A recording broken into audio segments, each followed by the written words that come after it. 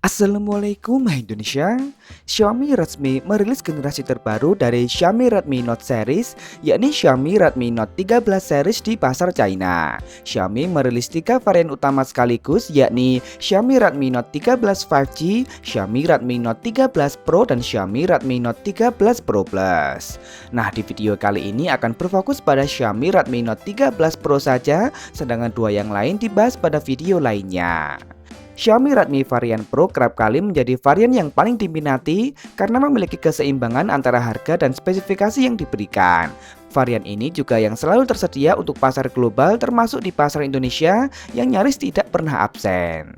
Nah, tak seperti Xiaomi Redmi Note 13 Pro Plus yang memiliki begitu banyak perubahan tampilan, Xiaomi Redmi Note 13 Pro justru masih membawa banyak aspek tampilan yang senada dengan generasi sebelumnya. Seperti back cover yang tetap terbuat dari bahan kaca yang dibuat rata dan frame yang mengotak simetris pada seluruh sisi. Sayang untuk frame ini masih terbuat dari plastik. Xiaomi Redmi Note 13 Pro memberikan pembaruan pada bentuk modul kameranya yang persegi berukuran cukup besar, berisikan 3 lensa kamera serta LED flash yang dipisahkan oleh garis-garis. Bentuk ini justru semakin mirip dengan konsep yang dihadirkan oleh smartphone Infinix terbaru. Sementara di bagian depan, Xiaomi Redmi Note 13 Pro menggunakan panel layar berkelas dengan jenis OLED yang memiliki bezel tipis di seluruh sisi. Layarnya membentang seluas 6,67 inci beresolusi 1,5K yang kini sudah semakin umum digunakan. Brightness-nya sanggup mencapai 1800 nits dan refresh rate layarnya pun sudah mencapai 120 Hz. Menariknya lagi, Xiaomi Redmi Note 13 Pro dan Pro Plus resmi menjadi jajaran smartphone pertama dalam menggunakan teknologi fingerprint di dalam layar pada seri ini. Gak hanya itu, layar ini juga sudah dilindungi oleh kaca Corning Gorilla Glass Victus. Nah, selain tampilan, aspek yang juga menyita perhatian adalah dapur pacu. Yap, Xiaomi Redmi Note 13 Pro akhirnya kembali menggunakan produk Qualcomm yang baru saja dirilis, yakni Snapdragon 7S Gen 2. Prosesor yang kini terbuat dengan fabrikasi 4 nanometer Samsung. Ini sekaligus menjadikannya sebagai smartphone pertama yang menggunakan prosesor tersebut. Namanya mungkin memang terasa aneh karena tidak ada generasi pertama yang mendapat label huruf S di Snapdragon 7 series. Hanya ada Snapdragon 7 Gen 1 dan Snapdragon 7 Plus Gen 2. Namun label huruf S bisa jadi adalah simbol spesifikasi yang disederhanakan. CPU SoC ini memiliki 4 core dengan clock speed 2,4 GHz untuk kinerja yang disebut menggunakan basis Cortex A78 dan 4 core lainnya dengan clock speed 1,95 GHz untuk efisiensi yang disebut menggunakan Cortex A55. Dipadukan dengan GPU Adreno 710 yang dapat menangani layar beresolusi Full HD Plus pada 144 Hz.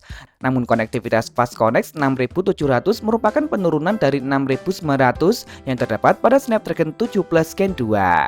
Hal ini menghasilkan kecepatan pengunduhan puncak sebesar 2,9 Gbps dan dukungan Bluetooth dibatasi pada 5.2.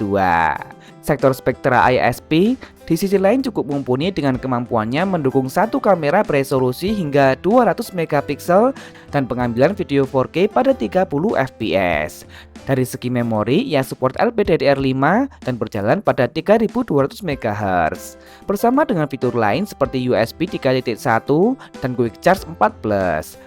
Berikut ini adalah perbandingannya dengan Snapdragon 7 Gen 1 dan Snapdragon 7 Plus Gen 2.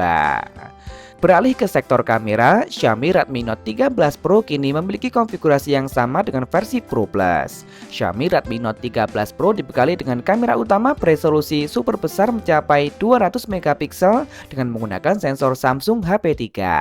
Sensor yang sebelumnya juga digunakan oleh kompetitornya, yakni Realme 11 Pro Plus. Kamera ini tentunya telah dilengkapi dengan stabilisasi berbasis OIS. Untuk kamera lain sayangnya masih tetap sama, yakni kamera ultrawide beresolusi 8 megapiksel dan kamera makro beresolusi 2 megapiksel. Sementara kamera depannya beresolusi 16 megapiksel. Kamera belakang ini telah support perekam video hingga resolusi 4K 30 fps dan 1080p untuk kamera depannya. Kemudian di bagian daya sedikit peningkatan disajikan. Xiaomi Redmi Note 13 Pro memiliki kapasitas baterai yang sedikit lebih besar mencapai 5100 mAh dengan teknologi pengisian ulang yang sayangnya tetap berdaya maksimal 67 Watt. Nah, untuk fitur-fitur lain, Xiaomi Redmi Note 13 Pro masih mempertahankan fitur andalannya seperti tetap dihadirkannya dual speaker stereo, tetap ada jack audio, ear blaster, dan NFC. Namun tak seperti versi Pro Plus yang telah memiliki sertifikasi IP68, smartphone ini hanya punya sertifikasi IP54. Terakhir bicara mengenai harga, Xiaomi Redmi Note 13 Pro masih terbatas untuk pasar China. Di sana smartphone ini dijual dengan harga mulai dari 1.399 yuan atau jika dirupiahkan sekitar 3 juta rupiah untuk varian 8 per 128 GB. Sedangkan varian tertingginya seharga 1.999 yuan atau jika dirupiahkan nyaris 4,2 juta rupiah. Nah, kabar yang lebih mengejutkan lagi, 3 perangkat Xiaomi dengan konektivitas 5G disebut telah mendapatkan sertifikat TKDN. Kemungkinan 3 perangkat tersebut adalah Xiaomi Redmi Note 13 series, yang menandakan bahwa Xiaomi Redmi Note 13 series termasuk Xiaomi Redmi Note 13 Pro ini akan segera hadir resmi di pasar Indonesia. Kita tunggu saja. Nah, jadi bagaimana menurut kalian dengan tampilan dan spesifikasi yang ditawarkan? Kira-kira berapa ya harga yang pas untuk Xiaomi Redmi Note 13 Pro ini saat dihadirkan di Indonesia nantinya?